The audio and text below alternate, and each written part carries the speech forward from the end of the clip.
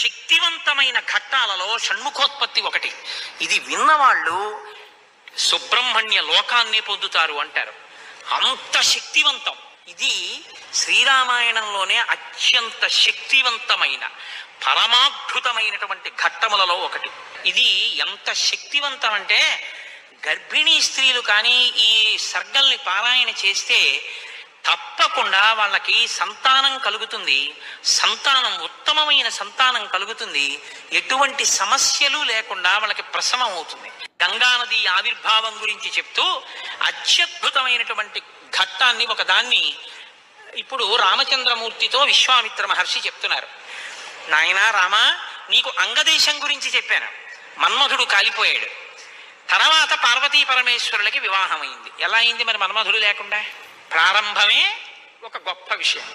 అందరి మీద బాణాలు వెయ్యాలి అంటే చేతిలో చెరుకు విల్లు 5 పుష్ప బాణాలు పట్టుకుని బాణాలు వేసేటటువంటి మన్మధుడు నేను బాణాలు వేసి అందరిలోనూ కామ ప్రచోదనం చెయ్యగలనన్న అహంకారంతో అదే పుష్ప బాణాల్ని తీసుకెళ్లి పరమశివుడి మీద కూడా వేసి ఆయన మనసు కదిపి పార్వతీదేవి యందు అనురక్తుడయ్యేటట్టు చెయ్యగలననేటటువంటి అహంకార బుద్ధితో ఒక్క బాణాన్ని తీసి ప్రయోగించడానికి సిద్ధపడేటప్పటికే బహిర్ముఖుడైనటువంటి పరమశివుడు కనుతెరిచి చూసి తన మీదే బాణ ప్రయోగానికి సిద్ధపడుతున్న మన్మధుడి మీద ఆగ్రహం చెంది 3వ కన్ను తెరిస్తే భస్మ రాశి అయి మన్మధుడు కింద పడిపోయాడు. కాబట్టి సృష్టి ఆగిపోయి ఉండాలి కదా. ఇప్పుడు మన్మధుడు లేడుగా. మరి అప్పుడు పార్వతీ కళ్యాణం ఎలా అయింది అంటే అమ్మవారు ఏం చేసిందంటే ఏ ఆయుధములను మన్మధుడు పట్టుకుంటాడో వాటిని ఆవిడ పుచ్చుకుంది. 5 పుష్ప బాణాలని చెరుకు విల్లు ఆవిడే పుచ్చుకుంది. కామాక్షి, కంచి కామాక్షి అదే కదండి. ఇప్పుడు ఆవిడ ఇలా పట్టుకుంటే ఇంతటి పరమశివుడు వశుడైపోయాడు. అయిపోయి తాళి కట్టాడు. సంసారంలోకి వచ్చి ఆవిడ పక్కన కూర్చున్నాడు. ఇప్పుడు ఆవిడ శివకామ సుందరి. ఆమె అంత సౌందర్యంతో ఎవరి కోసం కూర్చుంది? మనకి తండ్రిని తెచ్చి కూర్చోబెట్టడానికి. ఆవిడ శివుడికి సౌందర్యం, బాహ్య సౌందర్యం, శివకామ సుందరి. నీకు నాకో అఖిలాండేశ్వరి, జగజ్జనని. ఈ లోకానికంతటికీ తల్లిదండ్రులైన పార్వతీ పరమేశ్వరుల్లో అమ్మ సౌందర్యం పరమశివుడి కొరకు, అమ్మ యొక్క అంత సౌందర్యం అమ్మతనం మన కొరకు. మనకి జగదంబ, జగజ్జనని, ఆయనకి భార్య. కాబట్టి ఇప్పుడు ఆవిడ తన ప్రజ్ఞతో పెళ్లి చేసుకుంది. మన్మధుడి గొప్పతనంతో పెళ్లి చేసుకోలేదు. మన్మధుడికి ఏం చేసింది? శివుణ్ణి తెచ్చి తన భర్తగా కూర్చోబెట్టుకుని, పిచ్చాడా ఇంకెప్పుడు ఆయన మీద ఏకు బాణాలు, ఇవో మిగిలిన వాళ్ళ మీద అంటావా వెయ్యి అని పట్టుకెళ్ళి మళ్ళీ ఆయన చేతిలో పెట్టింది. ఇప్పుడు ఆయన ఏం చేశాడు? శరీరం లేదు కానీ మునులను కూడా మోహపెడుతున్నాడు. ఎందుకు పెట్టగలుగుతున్నాడు?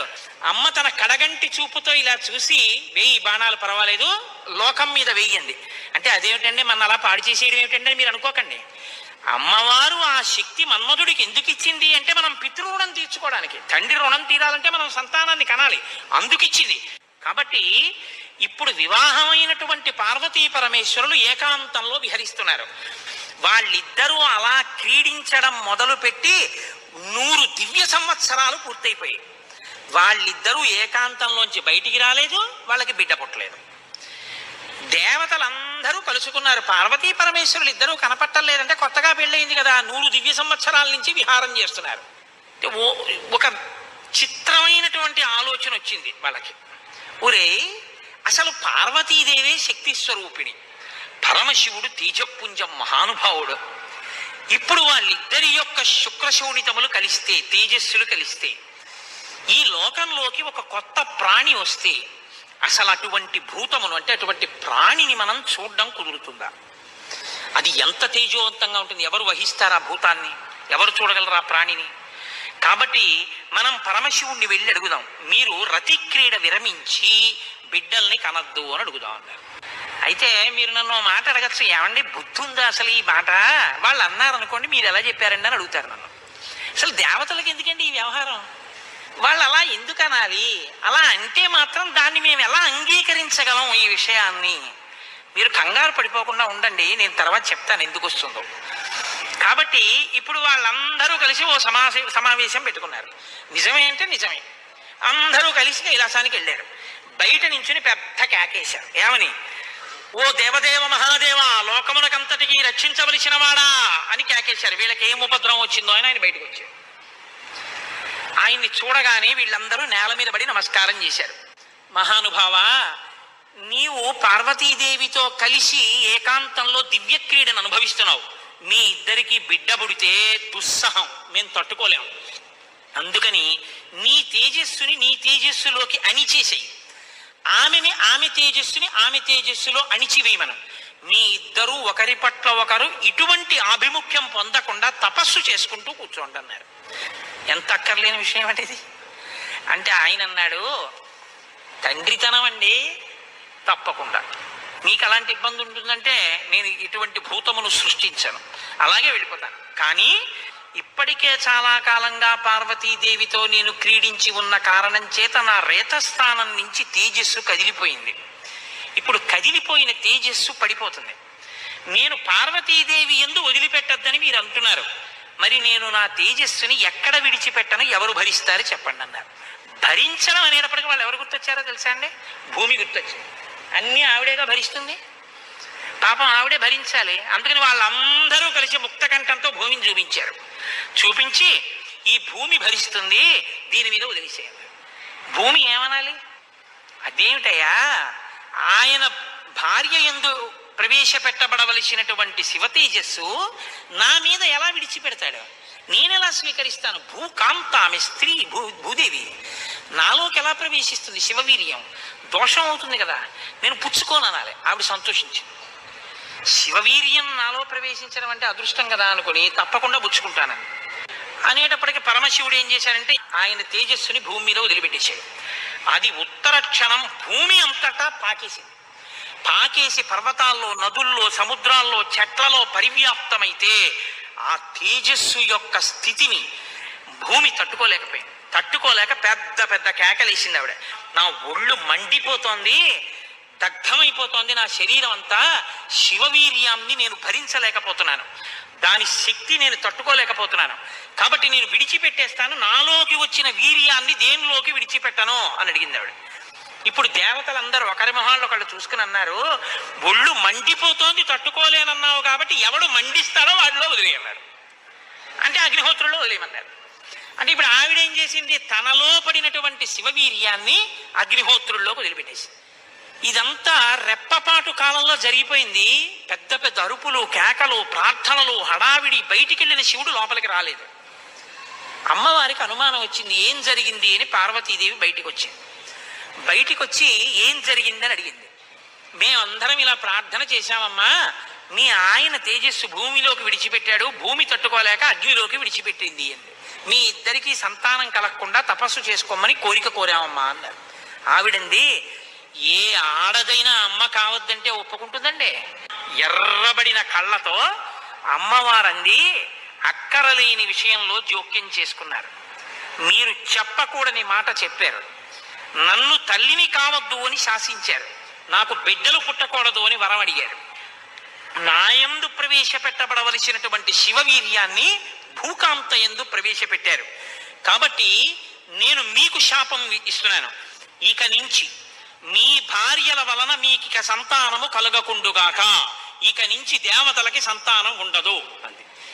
అందుకని ఏమంటే ఎప్పుడూ 33 కోట్లైనా ఇంకా పిల్లలు మనవలు ఉండరా అంటే ఉండరు. పార్వతీదేవి శాపం ఆగిపోయింది, దేవతల యొక్క సంతానం. ఇప్పుడు ఆవిడ భూమి వంక తిరిగింది. నువ్వు స్త్రీవి కదా, నా భర్త యొక్క తేజస్సుని నేను పట్టవలసింది నువ్వెలా పట్టుకున్నావు, నువ్వెలా స్వీకరించావు నా భర్త తేజస్సుని? ఆవిడ్ని శపించింది. నువ్వు ఒక్క రూపంతో ఉండవు, భూమి అని పిలవబడినా నీకు అనేకమైనటువంటి స్థితి కలుగుతుంది. ఒక చోట చౌటు నేల, ఒక చోట నల్ల నేల, ఒక చోట ఎడారి, ఒక చోట పంట పండే నేల. ఇలా నువ్వు రకరకాలుగా అయిపోతావు. అంతేకాదు బహుభార్య భవిష్యసి, నీకు ఒక్క భర్త ఉండడం. నీ భర్త కానివాడి వీర్యం నువ్వు పుచ్చుకున్నావుగా, నీకు ఇంకా ఎంతమంది భర్తలో లెక్కుండరు.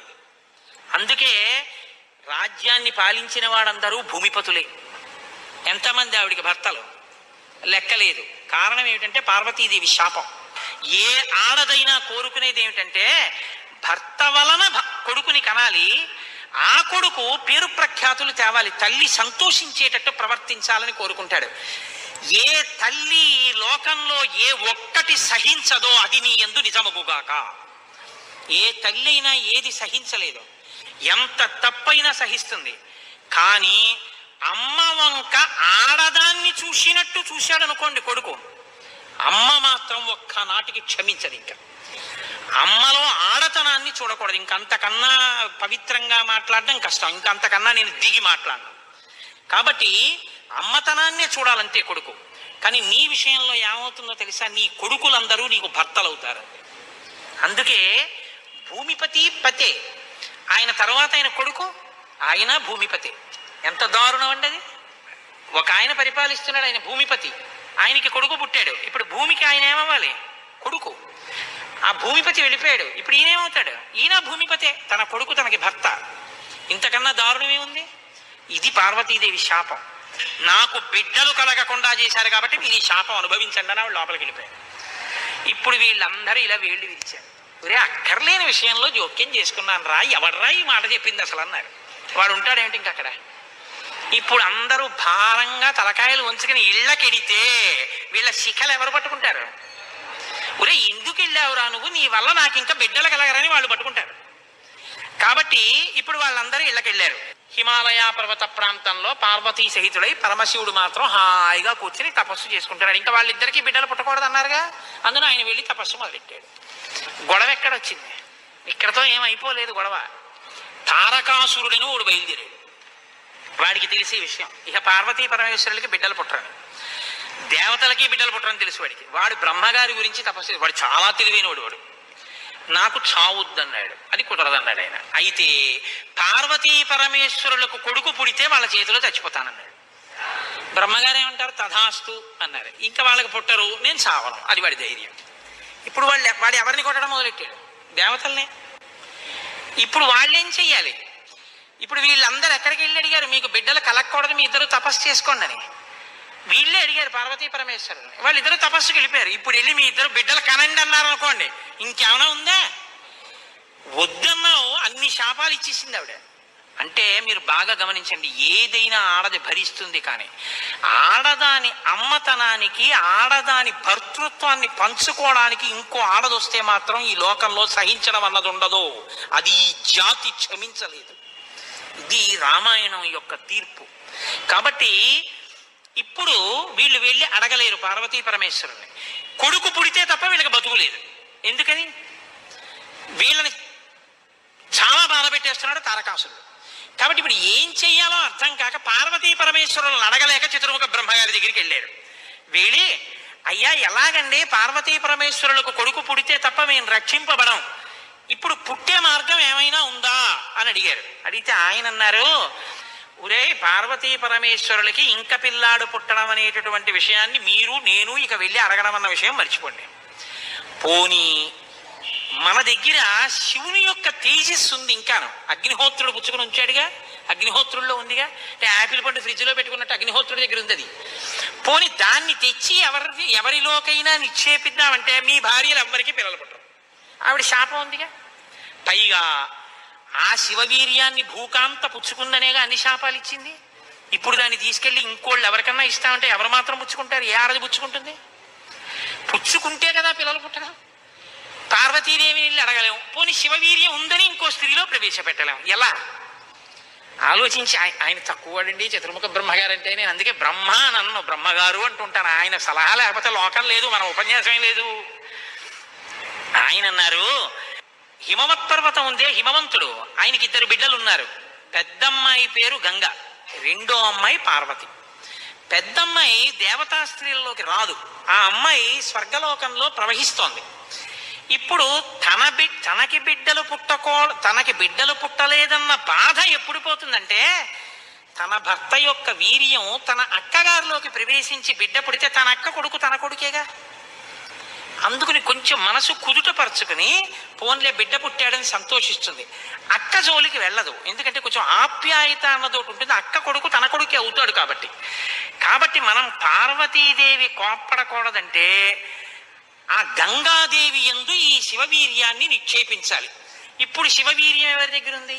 అగ్నిహోత్రుడి దగ్గర ఉంది. ఇప్పుడు అగ్నిహోత్రుడు ఏం చేయాలి? గంగాదేవిలో విడిచిపెట్టాలి. గంగాదేవి ఒప్పుకోవద్దు. కాబట్టి మీరేం చేయాలి? మీరేగా వెళ్ళి ప్రార్థన చేశారు, మీరే వెళ్ళి అగ్నిహోత్రుడిని గంగని ప్రార్థన చేయండి అన్నారు. ఇప్పుడు గంగాదేవి దగ్గరికి వెళ్ళి అమ్మ ఏమనుకోవద్దు, శివవీర్యం అగ్నిహోత్రుడి దగ్గర ఉంది, నువ్వు అది బుచ్చుకో అంటే చీ నోర్మొయ్యి అంటే.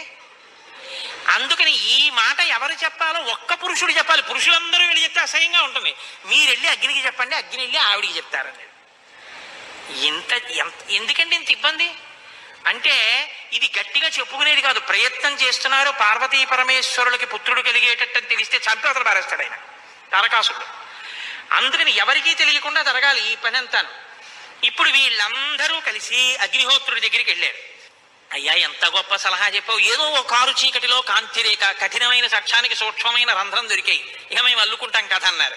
బ్రహ్మగారికి పూజ చేసి నమస్కారం చేసి బయలుదేరి అగ్నిహోత్రుడి దగ్గరికి వెళ్ళారు. వెళ్ళి ఆయనతో అన్నారు, ఇప్పుడు మాట్లాడడం కొంచెం జాగ్రత్తగా మాట్లాడడం మొదలెట్టారు. ఇది దేవకార్యం, ఏదో మేము సరదాగా నువ్వు పట్టుకెళ్ళి అక్కడ విడిచిపెట్టు ఇలాంటి మాటలు చెప్పడానికి రాలేదు. నీకు పిల్లలు పుడితే నాకెందుకు, పుట్టకపోతే నాకెందుకు, ఇలాంటి వాటిల్లో ఇక మేము జోక్యం చేసుకోం, బుద్ధి వచ్చింది మాకు. కాకపోతే ఇది దేవకార్యం. ఇప్పుడు ఈ పిల్లాడు పుట్టకపోతే వీపులు పగిలిపోతున్నాయి తారకాసురుడి వల్ల, అందుకుని పుట్టాలి పిల్లాడు. కాబట్టి నీలో ఉన్న శివ తేజస్సుని పట్టుకెళ్ళి గంగలో విడిచిపెట్టు. గంగ పుచ్చుకుంటే గంగకి కొడుకు పుడితే ఆ పిల్లవాడు పార్వతీ పరమేశ్వర పుత్రుడి కిందకు వస్తాడు. ఎందుకంటే పార్వతీదేవి అంగీకరిస్తుంది కాబట్టి. ఆ పిల్లవాడికి సేనానాయకత్వం ఇద్దాం, వాడు సేనాధిపతి అయితే వాడి చేతిలో తారకాసురుడు చచ్చిపోతాడు. అందుకని నువ్వు వెళ్ళి గంగను అడిగన్నారు. ఇప్పుడు పుచ్చుకునేటప్పుడు అప్రసన్నమైన మనస్సుతో ఆవిడ పుచ్చుకుంది అనుకోండి, ఇది ఎక్కడ చికాకు వచ్చిందిరా అని. అప్రసన్నమైన మనస్సుతో కానీ అలా పుచ్చుకుంటే తేజోవంతుడైన బిడ్డ సంభవించాడు. కాబట్టి ఆవిడ ప్రసన్నంగా పుచ్చుకోవాలి. అంటే ఆవిడ ప్రసన్నంగా పుచ్చుకోవడానికి యోగ్యమైన రీతిలో ఆవిడికి చెప్పాలి.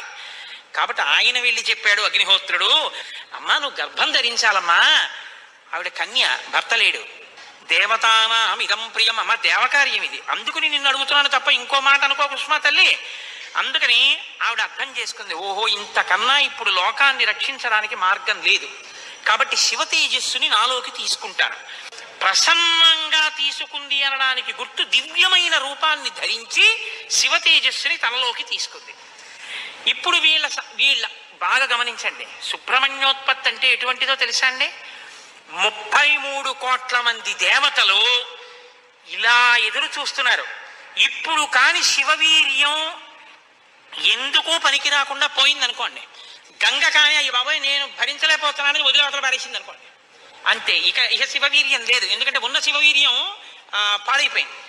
కాబట్టి ఇక పుత్రుడు కలగడు. ఇక పుత్రుడు కలగకపోతే ఇక ఎప్పటికీ అసలు దేవతల యొక్క రాజ్యం అన్నది ఇక రాదు, తారకాసురుడే ఉంటాడు. కాబట్టి ఇక మీరు నేను పురాణం చెప్పుకోవడం ఇప్పటికీ ఉండదు, ఆయనే పరిపాలిస్తుంటాడు కదా. కాబట్టి ఇప్పుడు ఆ గంగ వల్ల బిడ్డ పుట్టాలి. వీళ్ళందరూ ఉత్కంఠతో ఎదురు చూస్తున్నారు. గంగ గర్భం ధరించి బిడ్డని కంటుందా? ఇది ఇంత చల్లటి గంగమ్మలోకి శివవీర్యం వెళ్ళింది. వెళ్ళగానే ఆవిడ ఇప్పుడు పెద్ద కేకేసింది, అయ్య బాబోయ్ ఈ శివవీర్యం యొక్క వేడికి నా నీరు ఉడికిపోతోంది, ఇప్పుడు నేను ఈ తేజస్సుని ఎక్కడ వదిలిపెట్టేను, నా సర్వాంగములు క్షోభించిపోతున్నాయంది ఆవిడ. అగ్నిహోత్రుడు చూసి అన్నాడు, బిడ్డ పుట్టాడో లేదో తరువాతి మాట, ముందు అసలు నువ్వు కలత పడిపోతున్నావు, నువ్వు తట్టుకోలేవు. కాబట్టి అదిగో ఆ హిమాలయ పర్వత ప్రాంతముల యొక్క పాదముల యందు తీసుకెళ్లి నీలో ఉన్నటువంటి శివ తేజస్సుని విడిచిపెట్టేసేయాలి. గంగ తనలో ఉన్న శివ తేజస్సుని తీసుకెళ్లి హిమాలయ పర్వత ప్రాంత పాదముల యందు వదిలిపెట్టేసి వదిలిపెట్టేసేటప్పటికి అది వెళ్ళి రెల్లు దుబ్బుల్లో పడిపోయింది, గడ్డిలో పడిపోయింది. ఇప్పుడు అందులోంచి ఒక్కసారి కాంతి కనపడింది వాళ్ళకి. పిల్లాడు ఏమైనా వచ్చాడా? వాళ్ళకి పిల్లాడు కావాలి. ఇప్పుడు ఆ శివవీర్యంలోంచి ఆ తేజస్సులోంచి అగ్ని ఎటువంటి కాంతితో ఉంటాడో అటువంటి కాంతితో మొట్టమొదట బంగారం పుట్టింది లోకంలో. బంగారం శివవీర్యం, అందుకే బంగారానికి శివవీర్యం అని పేరు. బంగారం పుట్టి బంగారంతో అక్కడ ఉన్నటువంటి తృణవృక్ష లతాగుల్మం సర్వం భవతి కాంచన, ఆ గడ్డి చెట్లు అన్ని బంగారు రంగులో మెరిసిపోయాయి ఒక్కసారి. తర్వాత వెండి పుట్టింది. ఆ వెండిని చూశారు, తెల్లగా ఉంది వెండి. అయిపోయింది. ఆ తర్వాత ఇంకా మిగిలినటువంటి చారంలోంచి రాగి ఇనుము పుట్టాయి. మిగిలిపోయినటువంటి మలంలోంచి తగరము సీసము పుట్టాయి. తప్ప పిల్లవాడు మాత్రం కనపడలేదు. అయిపోయింది మన ప్రణాళిక అంతా, పిల్లవాడు పుట్టలేదు అని దిగాలు ముఖాలు వేసుకుని ఆ పైనుంచి చూస్తున్నారు. ఆ రెల్లు దుబ్బుల్లో రాత్రి వేళ తెల్లగా మెరుస్తాయే రెల్లు దుబ్బులు, ఆ రెల్లు దుబ్బుల్లోంచి బ్రహ్మాండమైనటువంటి కాంతులు మెరిసిపోతుండగా 6 ముఖాలతో అద్భుతమైన సౌందర్యంతో ఒక పిల్లవాడు పుట్టి పాల కోసం ఏడ్చాడు. అమ్మయ్యా, పుట్టాడు రా పిల్లాడు, శివపుత్రుడు జన్మించాడు, మన బాధలు తీరాయని వాళ్ళందరూ పొంగిపోయారు. షష్ఠి 6 ముఖాలతో షణ్ముఖుడై పుట్టాడు. ఆ పుట్టినటువంటి వాడు కూడా మహానుభావుడు 6 ముఖాలతో పుట్టాడు కాబట్టి షణ్ముఖుడు. పుట్టిన పిల్లాడికి పాలివ్వాలి, ఆ కృత్తికల్ని పిలిచి మీరు పాలివ్వండి అన్నారు. వాళ్ళన్నారు మేము పాలిస్తాం, కానీ ఇప్పుడు పాలిస్తే కానీ మరి పిల్లాడు బతకడం కాబట్టి వాళ్ళన్నారు మేము పాలిస్తాం, కానీ ఆ పిల్లాడిని మా పేరుతో పిలుస్తారా అన్నారు. మా పిల్లాడని చెప్తారా అన్నారు. అబ్బే అలా ఎలా కుదురుతుందండి అన్నారు అనుకోండి. వాళ్ళు పాలివ్వకపోతే పిల్లాడు. అందుకని వీళ్ళు వెంటనే దేవతలందరూ అన్నారు తతస్తు దేవత సర్వ కార్తికేయ ఇతి బ్రువన్, కార్తికేయుడు కార్తికేయుడు అన్నాం కదా, ఇవ్వండి పాలన్నారు. అమ్మతనం ఎంత గొప్పదో చూడండి. ఇప్పుడు ఈ కృత్తికలు 6 పిల్లాడికి 6 ముఖాలతో ఉన్నవాడికి 6 పాలిచ్చారు. వాడు పాలు తాగాడు. పుత్రస్త్రైలోక్య విఖ్యాతో భవిష్యతి న సంశయ. కార్తికేయుడు కార్తికేయుడని మేం పిలవడం కాదు, 3 లోకాల్లో పిలుస్తారు ఈ పిల్లాడిని, సరేనా అన్నారు దేవతలు. అప్పుడు వాళ్ళు పాలిచ్చారు. కాబట్టి కార్తికేయుడు. అగ్నిలో శివవీర్యం చాలా కాలం నిలవ ఉంచబడి అగ్నిహోత్రుడు గంగలో ప్రవేశపెట్టాడు కాబట్టి పావకి. శరవణములు అంటే రెల్లు దుబ్బుల్లోంచి పుట్టాడు కాబట్టి శరవణ భవ. ఎప్పుడు శుద్ధమైనటువంటి బ్రహ్మజ్ఞ జ్ఞానంతో ఉంటాడు కాబట్టి సుబ్రహ్మణ్యం. తల్లి కడుపులోంచి స్ఖలనమై పుట్టాడు కాబట్టి స్కందుడు. ఆయన ఉత్పత్తి చేతనే ఇన్ని పేర్లతో వచ్చాడు. ఏమండి మీరు ఇంత గొప్పగా ఏదో పాపం నోరు కొట్టుకు చెప్పారు, కానీ మాకు అసలు అనుమానం మాత్రం అలా ఉండిపోయింది, మీరు మంగళం చేద్దాం అనుకుంటున్నారేమో. అలా అనత్సా దేవతలు, అలా అడగడం వల్ల కదా ఇంత కథ వచ్చింది.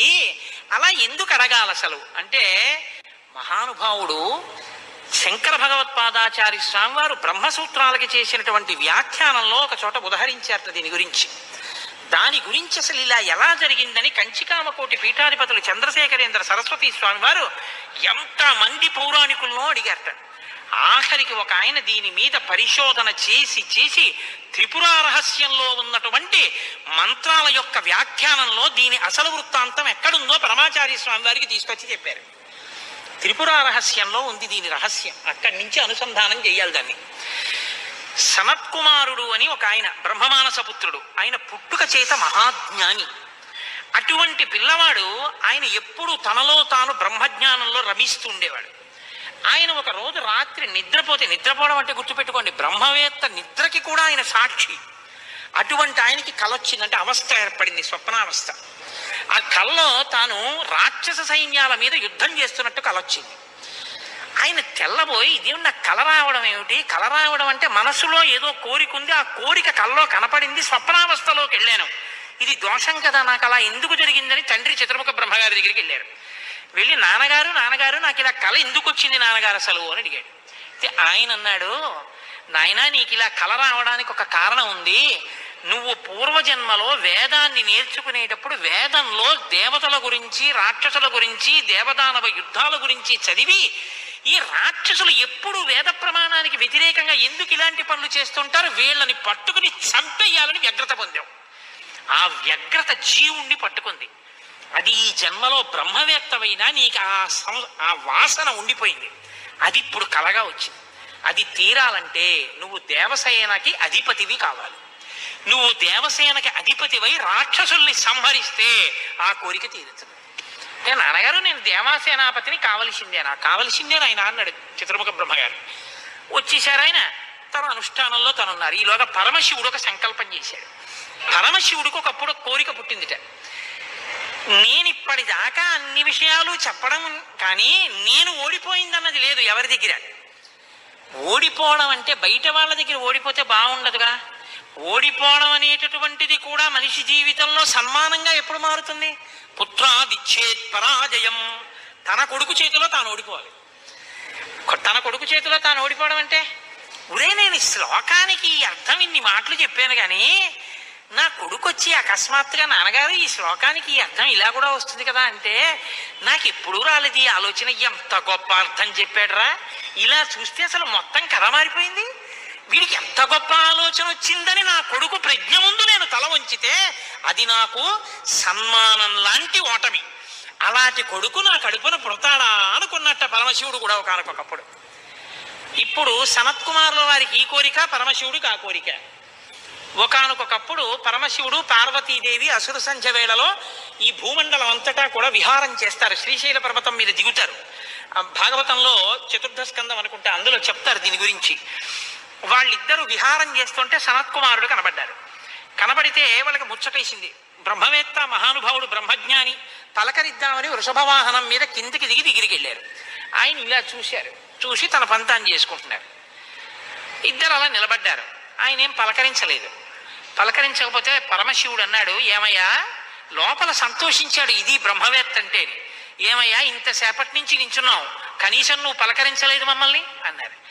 ఏంటి నువ్వు కొత్తగా కనపడ్డా ఏంటి, నాకు లోకమంతా నువ్వు తప్ప ఇంకోటి కనపడితేగా, నువ్వే కనపడుతున్నది, బ్రహ్మవేత్తకి ఏం కనపడుతుందండి, విశ్వం కనపడదు, విశ్వనాథుడు కనపడతాడు, లోకం కనపడదు, లోకేశ్వరుడు కనపడతాడు. కాబట్టి నాకు కనపడుతున్నదే నువ్వు, ఇవాళ కొత్తగా కనపడ్డావు ఏమిటి, నాకు ఇప్పుడు నువ్వేగా కనపడదు, కొత్తతనం ఏముంది, అది అలా కూర్చున్నాను అన్నాడు. లేచి నిలబడి మాట్లాడకుండా అలా మాట్లాడితే శపిస్తాను తెలుసా అన్నాడు. శపిస్తే ఏమవుతుంది స్వామి, దేహానికి ఏమైనా బాధ కలుగుతుంది, అది నేనైతేగా, నేను ఆత్మని, ఆత్మకి శాపం ఏముంటుంది, ఆత్మయే నేను, నేనే నువ్వు, ఉన్నది ఒక్కటే, దానికి శాపం లేదు స్వామి, అందులో నా భయం లేదన్నారు. ఓహో ఏమి ద్వంద్వాతీతుడు రా మహానుభావ, ఇది బ్రహ్మజ్ఞానం అంటే. కాబట్టి నిన్ను చూసి నేను మురిసిపోతున్నాను, నీకు ఏదైనా వరం ఇస్తాను పుచ్చుకో అన్నారు. ఆయన అన్నారు, వరం ఇస్తావా, మళ్ళీ ఇదో మోహం, వరం ఇవ్వడం శాపం ఇవ్వడం ఏమిటి ద్వంద్వాలు, నాకేం అక్కర్లేదు, నీకేమైనా కావాలా నేను ఇస్తానన్నారు. అంటే పరమశివుడు అన్నాడు, ఈ మాట నీతో అనిపించడం కోసమే ఇంతసేపు నించున్నాడు, నీలాంటి కొడుకు కావాలి, నువ్వు నాకు కొడుకు అవుతావా అన్నారు. అంటే సనత్కుమారుడు అన్నాడు, నీకే కొడుకునవుతానన్నాడు. అంటే పార్వతీదేవి అంటే ఏది అక్కే అంత దీర్ఘం ఇస్తున్నావు, నీకే కొడుకునవుతానంటా ఏంటి, నీకే కొడుకునంటే నాకు కొడుకువే అంది, అదొక్కటి అడక్కమ్మా అన్నాడు. అదేమయ్యా అదేమిటి, నీలాంటి కొడుకు పుడుతుంటే నా కడుపున పుట్టకపోవడం ఏమిటి, అమ్మా ఎంత పార్వతీదేవివైనా తల్లి, నేను ఒక కడుపున పుట్టడం అంటే అమ్మా తల కింద పెట్టి కాళ్ళు పైకి పెట్టి 9 నెలలు అమ్మ కడుపులో పడుకుని యోని ద్వారంలోంచి బయటికి రాలేనమ్మా, శివకుమారుడిగా పుడతాను, నీకు కుమారుణ్ణే తప్ప అమ్మా నీ కడుపున మాత్రం పుట్టనన్నా. అంటే ఆవిడ చిన్న బుచ్చుకుంది, అయ్యయ్యో నేను కూడా కలిసి అడగకపోవడం వల్ల వచ్చింది, కానీ నా కోరిక నువ్వు ఇంకొకలా తీర్చాలంది ఆవిడ. ఎలా తీర్చనమ్మా అని అడిగారు. నేను ఒకానొకప్పుడు పరమశివుడు భస్మాసురుడు పరమశివుడి గురించి తపస్సు చేసి వరములు పొందాడు, నేను ఎవరి తల మీద చెయ్యి పెడితే ఆయన భస్మం అయిపోవాలని. పరమశివుడు వరం ఇచ్చాడు, నీ మీదే పరీక్ష చేస్తానని పరమశివుడు వెంటబడ్డాడు. పరమశివుడు ఏదో ఒక హేళ, ఆయన ఒక చాలా విచిత్రంగా ప్రవర్తిస్తూ ఉంటాడు, లోకానికి ఒక పాఠం చెప్పడం కోసం ఉసుమండి చేతకాని వాడేయని మీరు అనుకోకూడదు. ఇప్పుడు నేను మళ్ళీ శివమహాపురాణానికి అంతటికీ వ్యాఖ్యానం ఎక్కడ చేయను. కాబట్టి ఆయన పరిగెడుతున్నట్టు నటించాడు. ఆయన పరిగెడుతున్నట్టు నటిస్తే నేను వెంటబడి చంపితే బాగుండదు. భర్త పరిగెడుతున్నట్టుంటే నే కాసేపు కనపడకుండా ఉంటే పోతుందని ఆవిడేం చేసిందంటే తన శరీరాన్ని నీటిగా మార్చి ఒక సరోవరం కింద మారిపోయింది. అదే శరవణ తటాకం. ఆ శరవణ తటాకం హిమవత్ పర్వత ప్రాంతంలో ఉంది. నువ్వు నా కడుపున పుట్టకపోయినా ఆఖరణ పుట్టేటప్పుడు మాత్రం ఆ శరవణ తటాకం దగ్గర నుంచి పుట్టాలి. నీ మంత్రం కూడా ఆ తటాకం నా పేరు మీదే ఉండాలి. అందుకే ఆయన మంత్రం శరవణ భవ సుబ్రహ్మణ్యుడికి. అంటే ఆయన అన్నాడు, అమ్మ తప్పకుండా, అలా నేను పరమశివుని యొక్క తేజస్సు చేత నీ తటాకంలోంచి పుడతాను. పంచభూతాత్మకం పరమశివ లక్షణం కదా. అందుకని పృథివీస్వరూపంగా, అగ్నిస్వరూపంగా, వాయుస్వరూపంగా, జలస్వరూపంగా, ఆకాశస్వరూపంగా 5 స్వరూపాలతో పార్వతీ పరమేశ్వర సమాగమ స్వరూపంగా శివశక్తుల యొక్క సమ్మేళనానికి పుట్టినటువంటి మెరుపు తీగల లోకంలో బ్రహ్మజ్ఞానాన్ని బోధ చెయ్యడం కోసమని, దేవసేనాపతిని కావడం కోసం, రాక్షస సంహారం చెయ్యడం కోసం మీకు పుత్రుడిగా పుడతానమ్మా అని సనత్కుమారుల వారు పరమశివుడికి వరం ఇచ్చారు. అందుకని ఆ వరం నెరవేరాలంటే పార్వతీ పరమేశ్వర సమాగమం జరిగి పార్వతీదేవిలోకి వెళ్ళకూడదు తేజస్సు. దేవతల సంఖ్య కూడా అనంతంగా పెరిగిపోతే రేపొద్దున్న ఉపాసనలు కష్టం అవుతాయి. అందుకని నాటకీయ సన్నివేశం సృష్టింపబడాలంటే దేవతలు వెళ్ళి ప్రార్థన చేయాలి. ప్రార్థన చేసి శివ తేజస్సు భూమి మీద పడాలి. అది అగ్నిహోత్రంలోకి వెళ్ళాలి. ఇది పంచభూతాత్మకమై ఆయన షణ్ముఖ స్వరూపంతో పైకి రావాలి.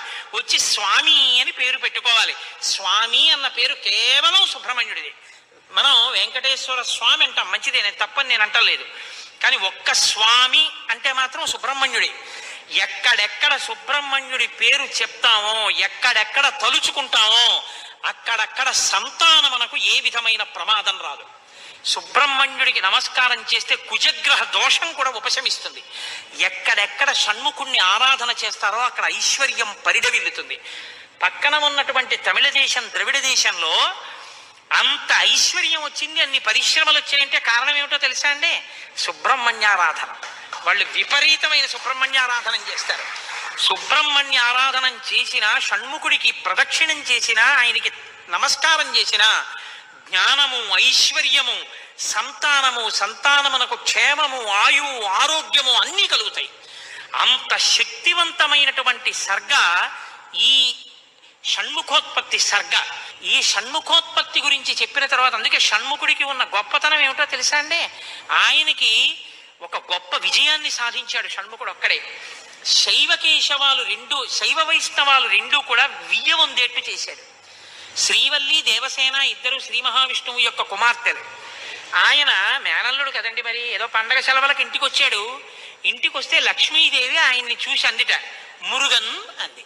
మురుగన్ అంటే మేనల్లుడు అని. మరుమగన్ అన్నట్టు విష్ణువు. మరుమగన్ అంటే చాలా అందగాడు అన్నట్టు. ఇద్దరు అలా అనుకోవడం ఎందుకో తెలుసా అండి? మన పిల్లలకు బాగుంటాడు. వల్లి, దేవసేన ఇద్దరిని ఇచ్చి సుబ్రహ్మణ్యేశ్వర స్వామి వారికి కళ్యాణం చేశారు.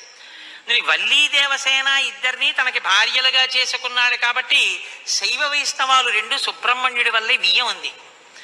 అంతటి మహానుభావుడు ఆయన. మహాజ్ఞాని, యుక్తకేశుడై గుండుతో గోచి పెట్టుకుని నిలబడి ఉంటాడు. అందుకే సుబ్రహ్మణ్య క్షేత్రాల్లో స్వామి వలయలో అలా నిలబడి ఉంటాడు. ఆయన ప్రణవానికి అర్థం చెప్తే పరమశివుడంతటి వాడు తెల్లబోయి, ఎంత గొప్పగా చెప్పావురా అన్నట్టు. నాన్నగారు అలా అంటే కుదరదు, ఇది ప్రణవ రహస్యోపదేశం కదా, మీరు కూడా మడి కట్టుకుని వచ్చి శిష్యుడిగా కూర్చోండి చెప్తానన్నట్టు. ఒరే ఎంత బాగా చెప్పావురా అని వచ్చి కూర్చుని విన్నట్ట. శివుడంతటి వాడు ఇంత బాగా చెప్పగలిగిన కొడుకు పుట్టాలని కదా కోరుకున్నాడు. ఆత్మాదిచ్చేత్ పుత్రాదిచ్చేత్ పరాజయం. తండ్రి గారికి ఆ కోరిక తీరిందటువంటి బ్రహ్మజ్ఞాని పుట్టాడు. ఆయనే తరువాతి కాలంలో కేవలం పాలు తాగి పెద్దవాడైపోయాడు అంతే. అయిపోగానే ఆయన్ని దేవసేనకి తీసుకొచ్చి పట్టాభిషేకం చేసేశారు. సేనాధిపతి అయిపోయాడు. తారకాసుర సంహారం చేశాడు. దేవతలందరూ సంతోషించారు. అమ్మ అందమంతా మూర్తీభవించి ఉంటుంది. అందుకే ఇంతంత బుగ్గలు, ఎర్రటి మనిషి, ఆహారాలు, చిన్న పట్టుబట్ట, ఎప్పుడు అమ్మ శక్తి అంతా చేతిలో శూలంగా పట్టుకుని ఆ కుక్కుట ధ్వజం ఆ నెమలి మీద కూర్చుంటే ముద్దులు మూట కడుతూ ఎంత అందంగా ఉంటాడో. అందుకే సుబ్రహ్మణ్యేశ్వర స్వామి వారి యొక్క మూర్తి వంక అదే పనిగా చూసినా కూడా సత్సంతానం కలుగుతుంది. అంతటి మహానుభావుడు సుబ్రహ్మణ్యుడు. ప్రత్యేకించి ఏ కారణం చేతనైనా గర్భం నిలవక బాధపడుతున్న వాళ్ళు, గర్భిణి అయినప్పటికీ కడుపున ఎటువంటి బిడ్డలు పుడతారో తెలియని వాళ్ళు, వాళ్ళ ఆయుర్దాయం బాగుండాలనుకున్న వాళ్ళు, సంతానం క్షేమంగా వృద్ధిలోకి రావాలనుకున్న వాళ్ళు రామాయణాంతర్గతమైన షణ్ముఖోత్పత్తిని విని తీరాలి. ఇది చెప్పడం కోసమే వాల్మీకి మహర్షి ఫలశ్రుతి చెప్తూ ఓ మాట చెప్పారు. ఎవరు ఈ షణ్ముఖోత్పత్తిని శ్రీరామాయణంలో వింటున్నారో వాళ్ళకి ఎటువంటి చిక్కులు ఉన్నా అన్ని చిక్కులు విడిపోయి అపారమైనటువంటి ధన సమృద్ధి కలుగుతుంది. 2, విశేషమైనటువంటి పుణ్యము స్కందోత్పత్తిని విన్నంత మాత్రం చేత కలుగుతుంది. ఇక్కడే ఆయన కుమార సంభవశ్చైవ అన్న మాట వాడారు. పార్వతీ పరమేశ్వరుడు యొక్క కుమారుడు కనుక ఆయనకొక్కడికే కుమారః అన్న నామం. ఎవరు భక్తి శ్రద్ధలతో రామాయణాంతర్గతమైనటువంటి ఈ షణ్ముఖోత్పత్తిని చేతులు కైమోర్చి సుబ్రహ్మణ్యుడికి నమస్కరించి వింటున్నారో అటువంటి వారందరికీ కూడా ఆయుష్మాన్, వాళ్ళకి ఏదైనా అపమృత్యు దోషం జాతకంలో ఉంటే ఆ దోషము ఉపశమించి ఆయుర్దాయం కలుగుతుంది. వాళ్ళ కొడుకులు, మనవలు అందరూ క్షేమంగా ఉంటారు. ఏవైనా దుర్గుణములు అలవడవలసినవి ఉంటే అవి పోయి వాళ్ళు వృద్ధిలోకి వచ్చి వంశానికి గొప్ప కీర్తి తీసుకొస్తారు.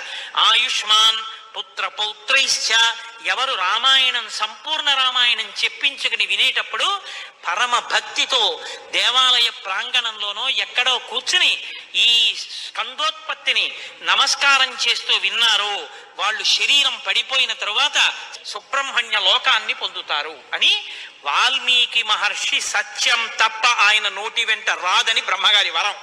ఆయన ఎప్పుడూ ఫలశ్రుతి చెప్పరు, ఇక్కడ చెప్పారు. అంత గొప్పది షణ్ముఖోత్పత్తి.